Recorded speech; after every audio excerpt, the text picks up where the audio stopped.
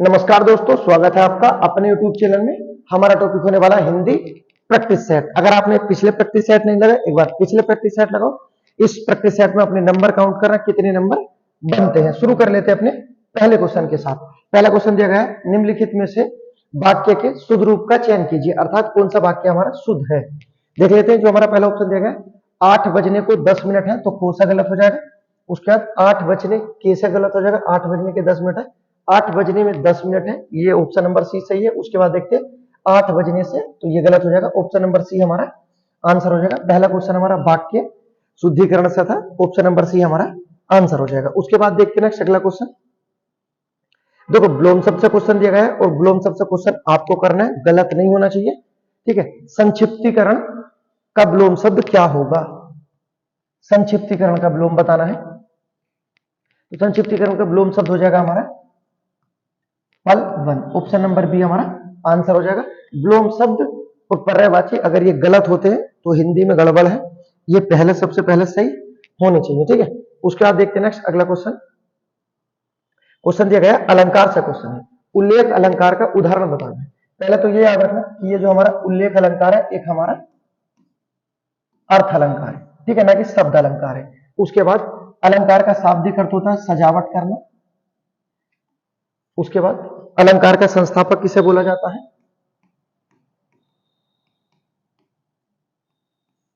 अलंकार का संस्थापक, तो अलंकार का संस्थापक बोला जाता है आचार्य बावन को, आचार्य बामन को अलंकार का संस्थापक बोला जाता है। जबकि अलंकार की परिभाषा देने वाले पहले व्यक्ति, तो अलंकार की परिभाषा देने वाले पहले व्यक्ति है, व्यक्ति का नाम याद रखना, ये भी आचार्य दंडी थे। दोनों आचार्य के नाम से, एक आचार्य बावन है जिन्हें अलंकार का संस्थापक बोला जाता है, एक आचार्य दंडी है जिन्होंने अलंकार की परिभाषा दी है। आचार्य दंडी के बारे में आपने सुना होगा कि इनकी महत्वपूर्ण रचना है 10 कुमार चरित्र। आचार्य दंडी की महत्वपूर्ण रचना 10 कुमार चरित्र, और ये किसके दरबार में रहते थे, तो आचार्य दंडी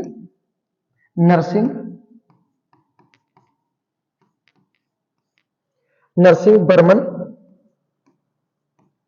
द्वितीय के दरबार में रहते थे, ठीक है। तो अलंकार के बारे में याद रखना, अलंकार की परिभाषा इन्हीं के द्वारा दी गई है। उसके बाद देखते हैं अलंकारवादी कवि किसे बोला जाता है, तो अलंकारवादी कवि बोला जाता है केशवदास को। केशवदास को ही अलंकार का सम्राट बोला जाता है और अलंकार का बादशाह भी केशवदास को बोला जाता है, ठीक है। तो अलंकार का बादशाह, अलंकार का सम्राट किसे बोला जाता है, केशवदास को। अलंकार की परिभाषा देने वाले आचार्य दंडी और अलंकार के संस्थापक आचार्य बामन थे। और हमारा जो उल्लेख अलंकार है, किस प्रकार का अलंकार है, अर्थ अलंकार है। अब देख लेते हैं जो उल्लेख अलंकार का उदाहरण है, तो ऑप्शन नंबर डी जो हमारा दिया गया है, नवल, सुंदर, श्याम, शरीफ, इसमें हमारा कौन सा अलंकार हो जाएगा, उल्लेख अलंकार हो जाएगा, ठीक है, याद रखना। उसके बाद देखते हैं नेक्स्ट क्वेश्चन। नेक्स्ट क्वेश्चन देखते हैं जो हमारा क्वेश्चन दिया गया है, सुधा ने खाना बनाया, इस वाक्य में काल पहचानना है। देखो, काल से क्वेश्चन है, काल का शाब्दिक अर्थ जो होता है ये होता है समय। काल का शाब्दिक अर्थ क्या होता है, समय, अर्थात जो समय हमारा बीता हुआ था, जो चल रहा है या जो आने वाला है, ठीक है, उसे क्या कहते हैं, काल कहते हैं। तो काल का शाब्दिक अर्थ क्या होता है, समय होता है, याद रखना। इसमें है सुधा ने खाना बनाया, इस वाक्य में कौन सा काल होगा। अब देखो, सुधा ने खाना बनाया, इसमें कोई संदिग्ध बात तो नहीं, बनाया है तो बनाया है, ठीक है। उसके बाद जो देखते हैं इसमें पूर्ण भूतकाल और अपूर्ण, न अपूर्ण वाली कोई बात की गई है। अब दो ऑप्शन बचे हमारा, या तो सामान्य भूत होगा या पूर्ण भूत होगा। तो पूर्ण भूत इस वजह से नहीं होगा, था ही नहीं दे रखा, तो ये कट जाएगा। आंसर क्या हो जाएगा हमारा, ऑप्शन नंबर ए आंसर हो जाएगा। जो हमारे काल होते हैं या जो अलंकार होते हैं, आप इन्हें छांट कर भी कर सकते हैं, बशर्ते बस प्रैक्टिस सेट की अपनी प्रैक्टिस होनी चाहिए करते समय। उसके बाद देखते हैं नेक्स्ट अगला क्वेश्चन जो हमारा दिया गया है, इसमें दिया गया आब का अर्थ नहीं होता। 3 अर्थ आपके होते, एक अर्थ नहीं होता। आपका सूर्य जो है वो आब का अर्थ नहीं होता, हमारा आंसर हो जाएगा। जबकि इज्जत, चमक और शोभा आब के पर्यायवाची होते हैं, याद रखना, ठीक है। उसके बाद देखते हैं नेक्स्ट अगला क्वेश्चन। नेक्स्ट क्वेश्चन दिया गया है, जिस क्षेत्र में जो भाषा बोली जाती है वह भाषा व्यापक रूप से उस क्षेत्र की क्या कहलाती है। जिस क्षेत्र में जो भाषा बोली जाती है वह भाषा व्यापक रूप से उस क्षेत्र की मातृभाषा कही जाती है। ऑप्शन नंबर सी हमारा आंसर हो जाएगा। जिस क्षेत्र में जो भाषा बोली जाती है वह भाषा उस क्षेत्र की क्या होती है? मातृभाषा होती है। उसके बाद देखते हैं नेक्स्ट अगला क्वेश्चन जो हमारा दिया गया है, निम्नलिखित में भाववाचक संज्ञा पहचानिए। जो हमारी भाववाचक संज्ञा है, भाववाचक संज्ञा के बारे में उससे पहले जो आपको याद रखना है कि भाववाचक संज्ञा को अदृश्य संज्ञा भी कहते हैं और भाववाचक संज्ञा का जो निर्माण होता है संज्ञा से होता है, सर्वनाम से होता है, विशेषण से होता है। ठीक है, तो याद रखना, पूछा जाता है भाववाचक संज्ञा का निर्माण निम्नलिखित में से किससे नहीं होता, तो वो चौथा ऑप्शन गलत हो जाता है। तो भाववाचक संज्ञा का निर्माण संज्ञा से होता है, सर्वनाम से होता है और विशेषण से होता है। जबकि भाववाचक संज्ञा को क्या कहते हैं? भाववाचक संज्ञा को अदृश्य संज्ञा भी कहते हैं। और जब भाववाचक संज्ञा का बहुवचन बना देते हैं तो भाववाचक संज्ञा जातिवाचक संज्ञा बन जाती है। इसी प्रत्यय में आगे क्वेश्चन है, जब देखेंगे वहां पे देखेंगे। फिलहाल देखते हैं अपना जो भाववाचक संज्ञा दिया गया है, तो भाववाचक संज्ञा कौन सी हो जाएगी? हमारा ऑप्शन नंबर बी हमारा घृणा क्या है? भाववाचक संज्ञा है। ठीक है, याद रखना, भाववाचक संज्ञा को अदृश्य संज्ञा भी कहते हैं और इसका निर्माण संज्ञा, सर्वनाम और विशेषण से होता है। उसके बाद देखते हैं नेक्स्ट अगला क्वेश्चन, संधि विच्छेद पूछा गया है। जो दिया गया है, पित्राकृति का शुद्ध संधि विच्छेद क्या होगा? पित्राकृति का शुद्ध संधि विच्छेद क्या होगा? तो इसका हो जाएगा आपका पितृ धन आकृति। ऑप्शन नंबर हमारा ए आंसर हो जाएगा, याद रखना। उसके बाद नेक्स्ट जो आपको याद रखना है कि संधि के कितने भेद होते हैं, तो संधि के 3 भेद होते हैं। कौन कौन से होते हैं? स्वर संधि, व्यंजन संधि और विसर्ग संधि। कौन सा? पहला स्वर संधि, दूसरा व्यंजन संधि और तीसरा होता है आपका विसर्ग संधि। संधि के कितने भेद होते हैं? 3। पूछा जाए स्वर संधि के कितने भेद होते हैं, तो स्वर संधि के भेद होते हैं 5। पहला होता है दीर्घ संधि, दूसरा हो जाएगा गुण संधि, तीसरा वृद्धि संधि, चौथा यण संधि और लास्ट अयादि संधि।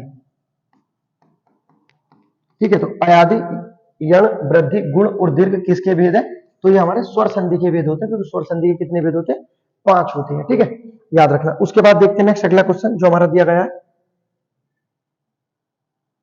नेक्स्ट मुहावरा दिया गया है और इसमें बताना है किस विकल्प में मुहावरे का भावार्थ सही है, अर्थात 4 ऑप्शन में कौन सा मुहावरा हमारा सही दिया गया है। ठीक है, मुहावरे के बारे में जो बिल्कुल बेसिक जानकारी है आपको याद रखनी होती है हमेशा कि मुहावरा कौन सी भाषा का शब्द है?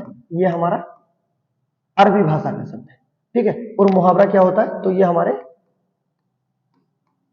वाक्य का अंश होता है, अर्थात मुहावरा वाक्यांश होता है, जबकि लोकोक्ति पूरा वाक्य होती है। मुहावरा देख लेते हैं जो हमारा भावार्थ की दृष्टि से सही है। पहला दिया गया है, पेट पर लात मारा, लात मारना, बुरी तरह पीटना। दूसरा दिया गया है, पहाड़ टूटना, अतिवृष्टि होना, बगले झांकना, इधर उधर देखकर चलना। अगला दिया गया है, नाक का बाल होना, अत्यधिक घनिष्ठ या प्रिय व्यक्ति होना। तो इसका जो ऑप्शन नंबर डी है हमारा आंसर सही हो जाएगा। नाक का बाल होना, अत्यधिक घनिष्ठ या प्रिय होना, ये इसका अर्थ होता है। ठीक है, याद रखना। उसके बाद देखते हैं नेक्स्ट अगला क्वेश्चन। नेक्स्ट क्वेश्चन दिया गया, निम्न विकल्पों में से शब्द युग्म के अर्थभेद में कौन सा गलत है? इनमें से गलत दिया गया है, जैसे दिया गया है कल्पना और कल्पना। ठीक है, दूसरा दिया गया है कांति या क्लांति। अगला दिया गया है गुटका और गुटिया, गोरा और गोल। ये दिया गया है, इसमें कौन सा हमारा गलत दिया गया है? पहले दिया गया है कल्पना, इसका जो अर्थ दिया गया है, यहां दिया गया है दुखी होकर बिलकना। क्या ये सही है? तो हाँ सही है। उसके बाद दिया गया है कल्पना, इसका अर्थ होता है मूर्त रूप या मूर्त विचार, ये सही है। ऑप्शन नंबर ए हमारा सही हो जाएगा। दूसरा दिया गया है कांति, इसका अर्थ होता है चमक, हाँ बिल्कुल सही है। उसके बाद लिखा है क्लांति, इसका जो अर्थ है ख्याति नहीं होता, इसका अर्थ होता है आपका परिश्रम करना। तो ऑप्शन नंबर बी जो हमारा गलत हो जाएगा, यही हमारा आंसर हो जाएगा। उसके बाद देख लेते हैं जो दिया गया है, गुटका पुस्तक को बोलते हैं या पुस्तिका होती है, सही है। उसके बाद गुटिया ये होती है गोली, गोरा सफेद होता है, उसके बाद गोला गोल वस्तु होती है, ठीक है। तो याद रखना हमारा कौन सा ऑप्शन गलत हो जाएगा, ऑप्शन नंबर बी हमारा गलत हो जाएगा। ये जो आपका दिया गया है क्लांति, इसका अर्थ होता है पारिश्रमिक या बड़ा विचार करना। उसके बाद देखते हैं नेक्स्ट अगला क्वेश्चन। क्वेश्चन दिया गया हमारा ब्लोम शब्द से क्वेश्चन है, आलोक का विपरीतार्थी शब्द क्या होगा। आलोक का विपरीतार्थी शब्द बताना है। जो हमारे आलोक का विपरीतार्थी शब्द बनेगा, तो आलोक का विपरीतार्थी शब्द क्या बन जाएगा, आलोक का हो जाएगा अंधकार, ठीक है। ब्लोम शब्द से, इससे पहले भी ब्लोम शब्द से क्वेश्चन था, यहां भी ब्लोम शब्द से, याद रखना आलोक का क्या हो जाएगा, अंधकार हो जाएगा, ठीक है। उसके बाद देखते हैं नेक्स्ट अगला क्वेश्चन।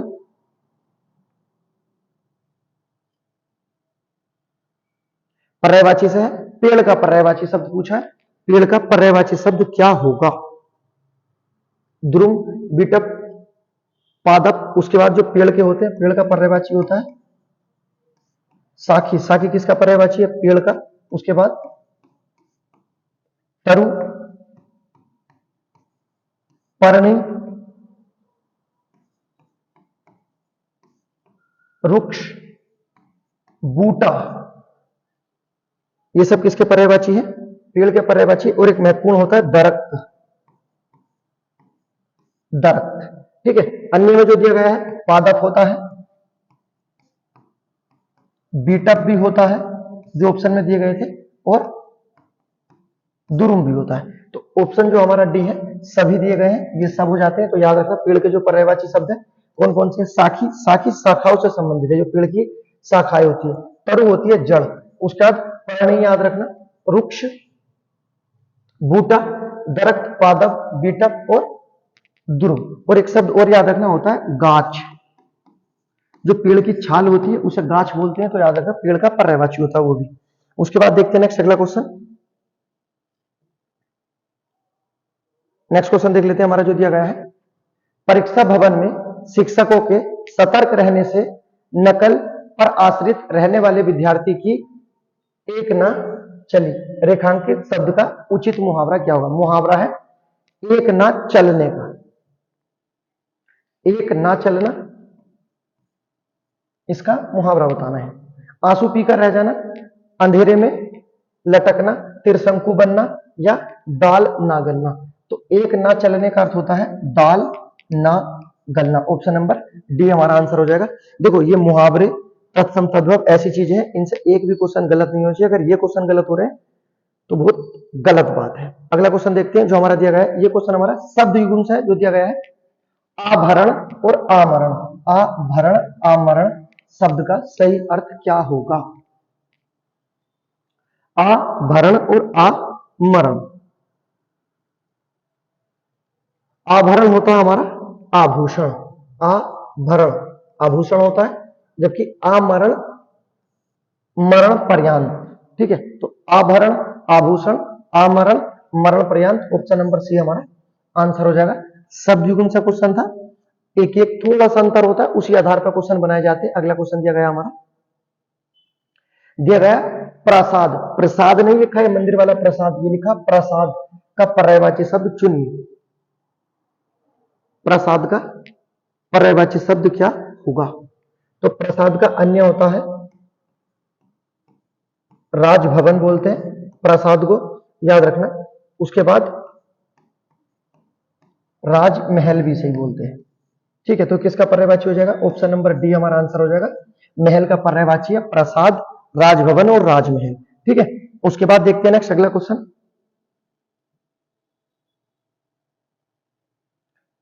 बर शब्द में प्रत्यय लगने से बनने वाले सही विकल्प को चुनो। बर शब्द में प्रत्यय से क्वेश्चन है, बर शब्द में प्रत्यय लगने से बनने वाले सही विकल्प को चुनिए। वरिष्ठ दिया गया है, अर्थात आप इस आधार से भी कर सकते हो कि जो हमारा वरिष्ठ का शुद्ध रूप लिखा होगा वो ही हमारा सही आंसर हो जाएगा। तो वरिष्ठ जो हमारा शुद्ध लिखा है, ऑप्शन नंबर डी हमारा आंसर हो जाएगा, क्या हो जाएगा, वरिष्ठ। ठीक है, उसके बाद देखते हैं नेक्स्ट अगला क्वेश्चन।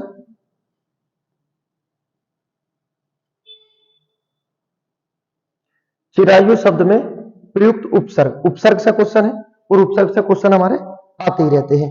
उपसर्ग और प्रत्यय दोनों होते क्या है, तो उपसर्ग हो या प्रत्यय हो दोनों हमारे क्या होते हैं, अभिकारी शब्द होते हैं। उपसर्ग हो या प्रत्यय दोनों क्या होते हैं, अभिकारी शब्द होते हैं और दोनों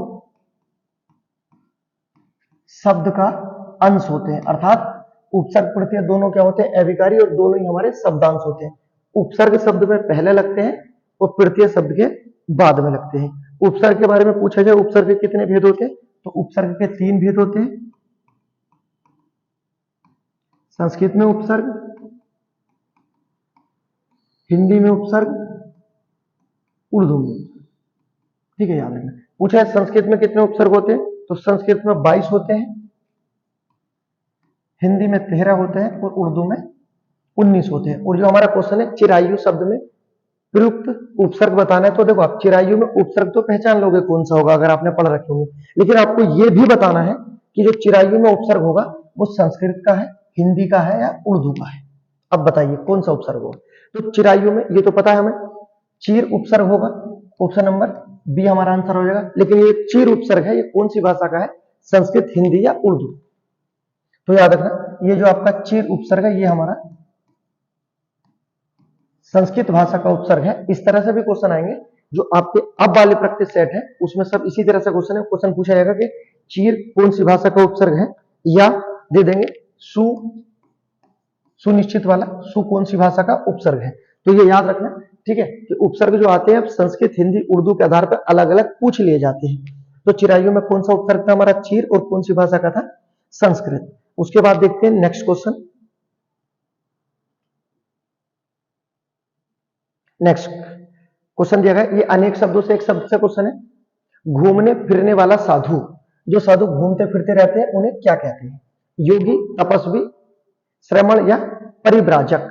तो जो घूमते फिरते रहते हैं साधु उन्हें बोलते हैं परिव्राजक। ठीक है, तो याद रखना घूमने फिरने वाले साधु को क्या बोलते हैं, परिव्राजक। ठीक है, हर टॉपिक से क्वेश्चन होगा, ये अनेक शब्दों से एक शब्द से क्वेश्चन था। अगला क्वेश्चन दिया गया है हमारा,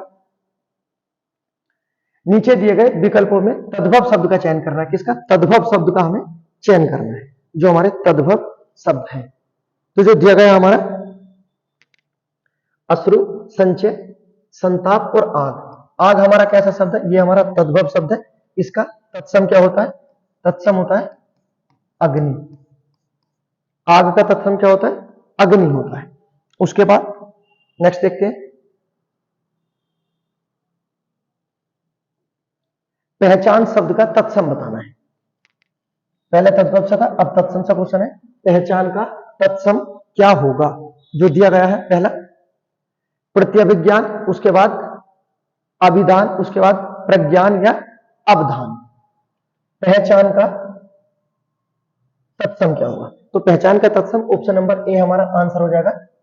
प्रत्यभिज्ञान होता है पहचान का, जो हमारा तत्सम होता है प्रत्यभिज्ञान होता है, याद रखना। ठीक है, इसी तरह से ये जो हमारा आया था, जिस तरह से तत्सम है, अच्छा तत्सम था। अगर ये गलत हुआ होगा तो बहुत गलत बात है, क्योंकि ये आपके गलत नहीं होने चाहिए, क्योंकि ये हमारा लगभग हिंदी का 70वां प्रैक्टिस सेट है और इसी तरह के हमने सारे क्वेश्चन अपने कंप्लीट करे हैं। अब देखते हैं नेक्स्ट अगला क्वेश्चन जो हमारा दिया गया है, एक से अधिक उपसर्ग वाला शब्द बताना है। अब देखो इस तरह से भी क्वेश्चन आते हैं, उपसर्ग तो पूछा है लेकिन उपसर्ग में क्या पूछा है, एक से अधिक उपसर्ग किस में है।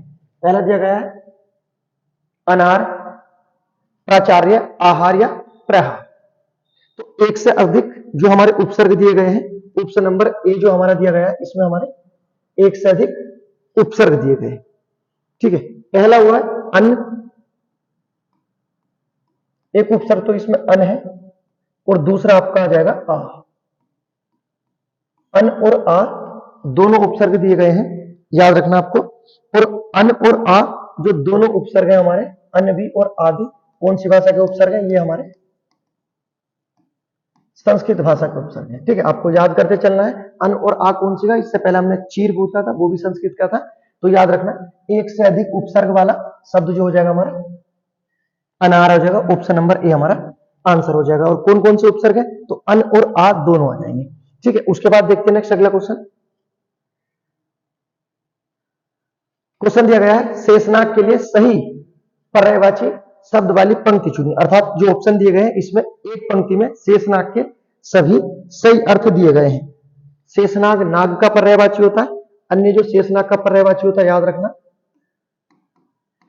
ब्याल, बहुत महत्वपूर्ण पर्यायवाची होता है। भुजंग, ब्याल, भुजंग, उरग, उरग होते हैं जितने भी रेंगने वाले होते हैं सबके लिए उरग शब्द का प्रयोग किया जाता है। नेक्स्ट है पन्नग, उरग, पन्नग, अही। अही जो होता है ये होता है इच्छाधारी नाग का, जो नाग इच्छाधारी होते हैं उसे अही बोलते हैं। उसके बाद जो सबसे महत्वपूर्ण है, कई बार पूछा भी गया है, आप याद रखना काकोदर। काकोदर किसका है, हमारा शेषनाग का पर्यायवाची है। तो ये हमारे सब शेषनाग के पर्यायवाची है। ठीक है, तो जो हमारी कौन सी पंक्ति सही होगी, ऑप्शन नंबर ए हमारा सही आंसर हो जाएगा। याद रखना पन्नगपति, फणीस और ब्यालराज किसका पर्यायवाची है, हमारे शेषनाग के हो जाएंगे। अन्य पर्यायवाची में जो दिए गए हैं याद रखना ब्याल, भुजंग, उरग रेंगने के कारण, पन्नग, काकोदर, उसके बाद इच्छाधारी को बोलते हैं अही। ठीक है, तो शेषनाग या नाग के पर्यायवाची थे, याद रखना। उसके बाद देखते हैं नेक्स्ट अगला क्वेश्चन।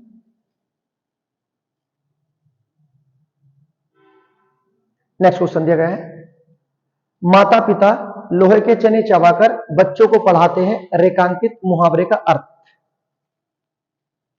लोहे के चने, इसका अर्थ बताना है, क्या अर्थ बनेगा।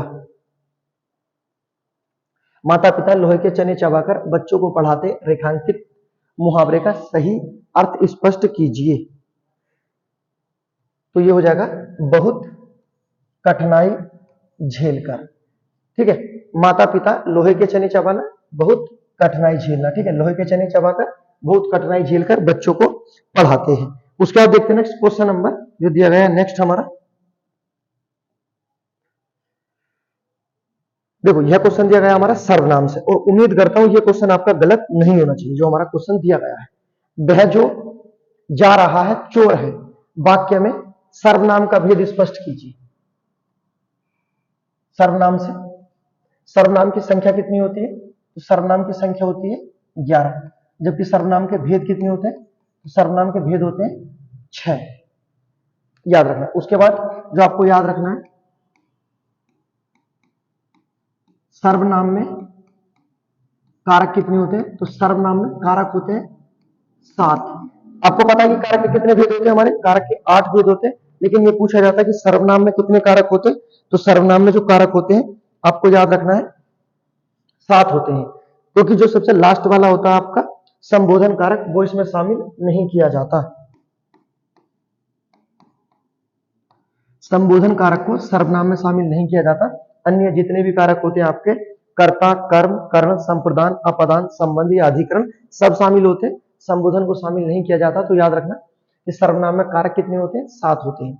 भेद दे रखे सर्वनाम के 6 होते हैं, लेकिन यहां जो क्वेश्चन है वह जो जा रहा है चोर है, कौन सा सर्वनाम होगा, तो वह जो जा रहा है चोर है, ये एक संबंध दर्शाया गया है। इसमें कौन सा हो जाएगा हमारा, ऑप्शन नंबर डी हो जाएगा, संबंधवाचक सर्वनाम हो जाएगा। चेक कर लेना, आपको अगर डाउट हो तो ये बिल्कुल सही है, क्योंकि संबंध दर्शाया जाता है। कौन है चोर, वह जो जा रहा है। कौन चोर, वह जो जा रहा है चोर है, संबंधवाचक सर्वनाम होगा। और अब ऐसा भी नहीं है कि आप सर्वनाम से भी क्वेश्चन गलत कर दो, कि सर्वनाम, संज्ञा, सर्वनाम, विशेषण, क्रिया, अव्यय, इनसे कोई क्वेश्चन गलत नहीं होने चाहिए। ठीक है, अगर आपने रेगुलर प्रैक्टिस सेट करे होंगे तो आप गलत नहीं हो रहे होंगे। उसके बाद देखते हैं नेक्स्ट अगला क्वेश्चन जो हमारा दिया गया, क्वेश्चन दिया गया हमारा, रिक्त स्थान दिया गया, खाली स्थान दिया गया, के प्रयोग से, पूरा पढ़ लेते हैं जो दिया गया, के प्रयोग से भाषा में सरलता, सरसता, चमत्कार और प्रभाव उत्पन्न होता है। ठीक है, किनके शब्दों से, मुहावरे लोकोक्ति से, मुहावरे से लोकोक्ति से, अलंकार से। ठीक है, खाली स्थान से है क्वेश्चन। आप बताओ कक्षा 6, 7, 8, 9 में बहुत खाली स्थान भरे होंगे, अब यहां पर भी भरना है। क्या मुहावरे लोकोक्ति दोनों का प्रयोग किया जाता है चमत्कार उत्पन्न करने के लिए? क्या मुहावरे मुहावरे आते हैं या लोकोक्ति या अलंकार आते हैं? ठीक है, तो ऑप्शन नंबर ए हमारा आंसर हो जाएगा, सही आंसर है। देखो मुहावरे और लोकोक्ति, के प्रयोग से भाषा में सरलता, सरसता, चमत्कार और प्रभाव उत्पन्न होता है। तो याद रखना ऑप्शन नंबर ए हो जाएगा। अब आपको जो याद रखनी, देखो मुहावरे जो होते हैं ये हमारे वाक्य का अंश होते हैं। क्या होते हैं मुहावरे? वाक्य का अंश होते हैं। जबकि लोकोक्ति याद रखना कौन सी भाषा का शब्द है, तो ये हमारा संस्कृत भाषा का शब्द है। और लोकोक्ति क्या होता है, तो याद रखना ये अपना पूर्ण वाक्य होती है। ठीक है, लोकोक्ति क्या होती है? पूर्ण वाक्य होती है। जबकि मुहावरा क्या होता है? वाक्य का मात्र अंश होता है। ठीक है, पूरा वाक्य मुहावरा नहीं होता। मुहावरा कौन सी भाषा का शब्द है? आपको पता चल गया होगा भी, ये अरबी भाषा का शब्द है। ठीक है, तो इन दोनों में अंतर है, याद रखना। एक पूर्ण वाक्य होता है, एक वाक्य का अंश होता है। एक संस्कृत भाषा से जन्मा है, एक अरबी भाषा से उत्पन्न हुआ है। ठीक है, ये क्या करते हैं? हमारे पूरी वाक्य में चमत्कार उत्पन्न करते हैं, याद रखना। उसके बाद देखते हैं नेक्स्ट अगला क्वेश्चन जो हमारा दिया गया है। नेक्स्ट क्वेश्चन दिया गया है, रास पंचाध्याय के रचयिता कौन है? रास पंचाध्याय के रचयिता पूछे हैं, बताना है आपको। रास पंचाध्याय के रचयिता कौन है?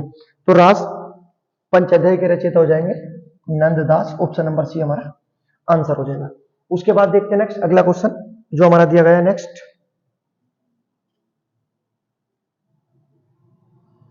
क्वेश्चन दिया गया है, सो सयाने एक मत। अब देखो लोकोक्ति सा क्वेश्चन है, क्या लिखा है?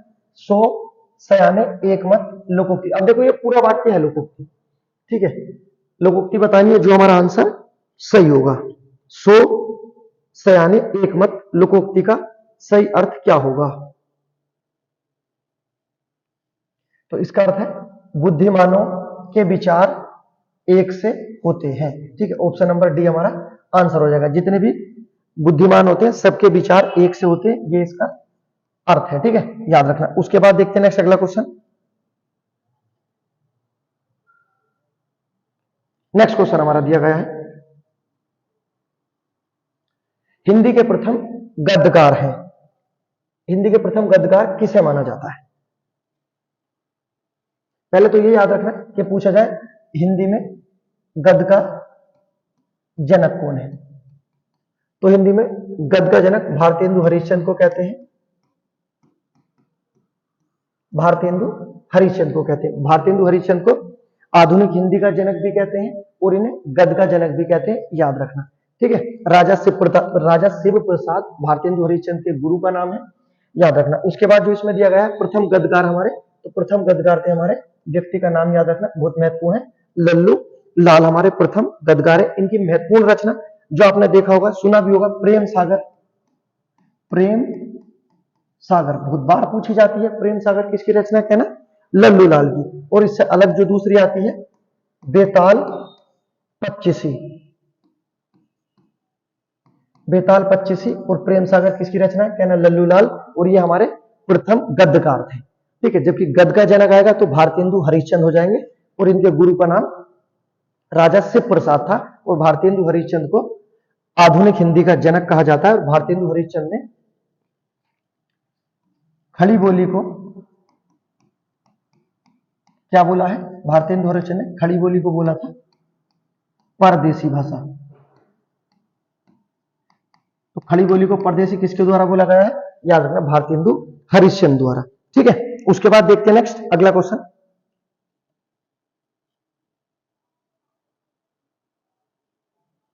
क्वेश्चन दिया गया है, ये भी हमारा लोकोक्ति से।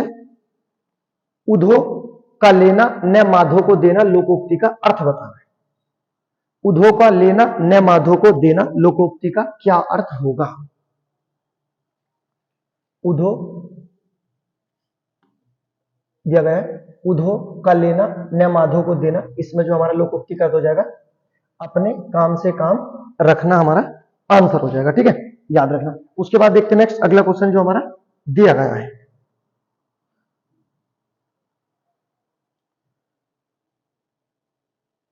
ये क्वेश्चन दिया गया हमारा उपसर्ग से क्वेश्चन है और इसमें दिया गया हमारा इनमें से किस शब्द में बे उपसर्ग का प्रयोग नहीं हुआ है? कौन से उपसर्ग का? बे उपसर्ग का। अब देखो, आप अगर उपसर्ग हटा दोगे, बचा हुआ शब्द है, अगर आप सब में से इसमें से बे हटा दो, आप शब्द बोल कर देखो, अगर बचा हुआ शब्द का सही अर्थ आता है ठीक है। अगर बचे हुए उपसर्ग का, बचे हुए शब्द का सही अर्थ आता है, ठीक है, तो हमारा सही होगा, और जिसमें सही नहीं आया वही हमारा गलत हो जाएगा। जैसे बोलते बेचारा, तो चारा शब्द होता बेचारा। बेईमान सही होता ईमान। बेचैन ये भी सही होता। बेवकूफ, क्या वकूफ कोई शब्द होता नहीं होता, तो ये हमारा आंसर हो जाएगा। ठीक है, इस तरह से भी आप उपसर्ग कर सकते हो, लेकिन ये होंगे आपकी प्रैक्टिस से, ऐसे ये नहीं होंगे। ठीक है, उसके बाद नेक्स्ट जो आपको बताना है, अब बात कर लेते हैं गिव अवे के बारे में। जो आपको गिव अवे बताना है, आज का गिव अवे बहुत महत्वपूर्ण होने वाला है। आपसे कल भी पूछा था, हर उसके बाद एक गिव अवे पूछा जाता है, इसमें भी आपको गिव अवे बताना है। इसमें बताना है आपको कि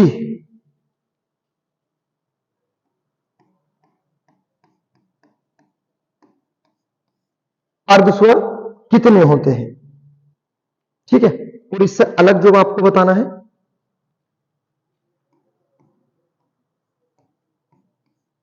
समृद्ध स्वर। ठीक है, अर्ध स्वर और समृद्ध स्वर ये बताने हैं आपको। उससे अलग जो आपको बताना है कि